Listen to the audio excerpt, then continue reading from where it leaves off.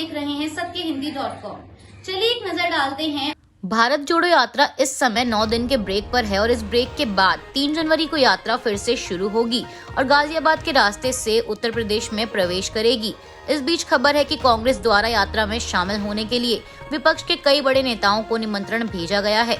Media reports के अनुसार कांग्रेस की प्रदेश कमेटी ने पूर्व मुख्यमंत्री और बहुजन समाज पार्टी की अध्यक्ष मायावती, समाजवादी पार्टी के अध्यक्ष और पूर्व मुख्यमंत्री अखिलेश यादव, विधायक और पूर्व मंत्री शिवपाल यादव, राष्ट्रीय लोकदल के अध्यक्ष एवं सांसद जयंत चौधरी, सुहेलदेव भारतीय समाज पार्टी के अध्यक्ष ओम प्रकाश राजभर, भारतीय कम्युनिस्ट पार्टी के राष्ट्रीय सचिव अतुल अंजान, बसपा के वरिष्ठ नेता सतीश चंद्र मिश्र सहित तमाम विपक्षी दलों के नेताओं को यात्रा में शामिल होने के लिए निमंत्रण भेजा है।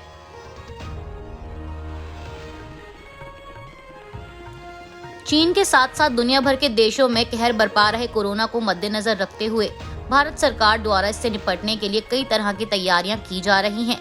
इसी बीच खबर है कि न्यू ईयर के अवसर पर जगह जगह पर सेलिब्रेशन और लोगों की भीड़ को ध्यान में रखते हुए राज्य सरकारों द्वारा लोगों को सतर्क रहने और सावधान रहने के दिशा निर्देश जारी किए गए हैं, जिसमें कर्नाटक सरकार द्वारा जारी की गई एडवाइजरी के अनुसार restaurant, pub, theatre hall, school और कॉलेज जैसी बंद जगहों के अंदर मास्क पहनना अनिवार्य कर दिया गया है और साथ ही राज्य में न्यू ईयर का जश्न रात 1 बजे तक मनाने की इजाजत दी गई है।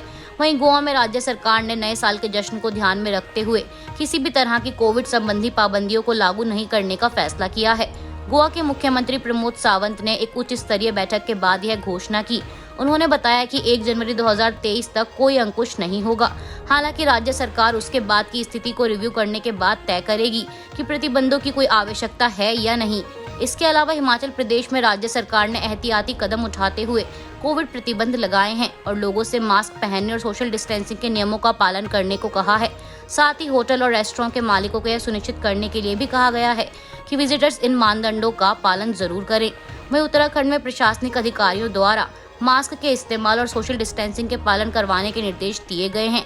इसके अलावा सीएमओ को भी सभी अस्पतालों में लगे oxygen generation plant, oxygen cylinders को ठीक तरह से जांचने के निर्देश भी दिए गए हैं। कांग्रेस नेता राहुल गांधी के नेतृत्व में चल रही भारत जोड़ो यात्रा इस समय ब्रेक पर है और इस ब्रेक के दौरान राहुल गांधी सोमवार को कई प्रमुख नेताओं की समाधियों पर श्रद्धांजलि अर्पित करने पहुंचे। उन्होंने महात्मा गांधी और कई पूर्व प्रधानमंत्रियों सहित अटल बिहारी वाजपेयी जी को भी श्रद्धांजलि अर्पित की। बता दें, रविवार को वाजपेयी जी की जयंती भी थी।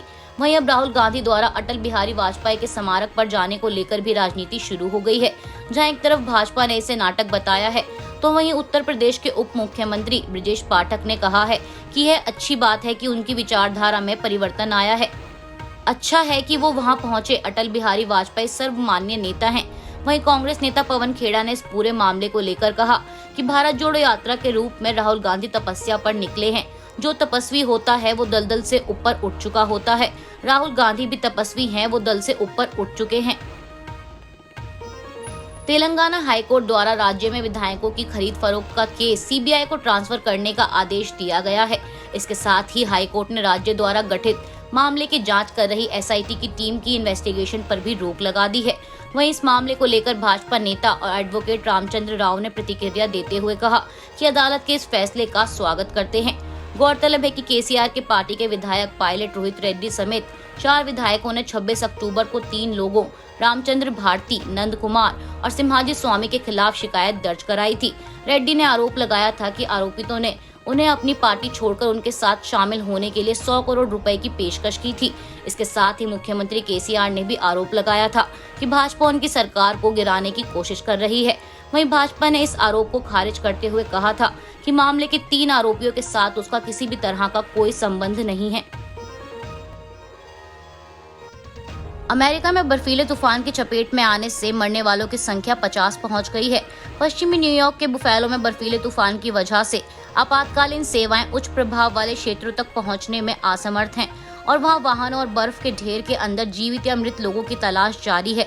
आधिकारिक आंकड़ों के अनुसार अमेरिका के पूर्वोत्तर के कुछ हिस्सों में अभी भी बर्फीले तूफान की स्थिति बनी हुई है और इस तूफान के कारण बिजली आउटेज, यात्रा में देरी और 9 राज्यों में अब तक कम से कम 49 लोगों की मौत हुई है। साथ ही बता दें कि ट्रैकिंग साइट flightaware.com के अनुसार भयंकर हिमपात, तेज हवा और उप शून्य तापमान के कारण सोमवार को 3,800 से ज्यादा फ्लाइट्स को रद्द करना पड़ा। कोरोना की मार झेल रहे चीन में जिनपिंग सरकार द्वारा जीरो कोविड पॉलिसी को वापस लेने के बाद अब नई गाइडलाइंस जारी की गई हैं। कोरोना की मार झेल रहे चीन में जिनपिंग सरकार द्वारा जीरो कोविड पॉलिसी को वापस लेने के बाद अब नई गाइडलाइंस जारी की गई हैं। चीन सरकार के मुखपत्र ग्लोबल टाइम्स में छपी एक रिपोर्ट के अनुसार चीन की नेशनल हेल्थ कमीशन ने सोमवार देर रात को कोविड प्रबंधन की नीतियों में बदलाव करते हुए इसे क्लास ए से घटाकर क्लास बी कर दिया है। इसका मतलब ये हुआ कि अब देश में आने वाले किसी भी शख्स को क्वारंटाइन नहीं किया जाएगा और कोविड-19 के हाई रिस्क वाले जोन को भी सील नहीं किया जाएगा। साथ ही बता दें कि नई कोविड पॉलिसी 8 जनवरी से लागू होगी। इसके अलावा चीन अपनी अंतर्राष्ट्रीय सीमाओं को फिर से खोल देगा। हालांकि चीन आने वाले विदेश यात्रियों को 48 घंटे पहले की RT-PCR रिपोर्ट दिखानी होगी। आज के लिए बस इतना ही। बाकी की खबरों के लिए जुड़े रहिए सत्यहिंदी.com के साथ।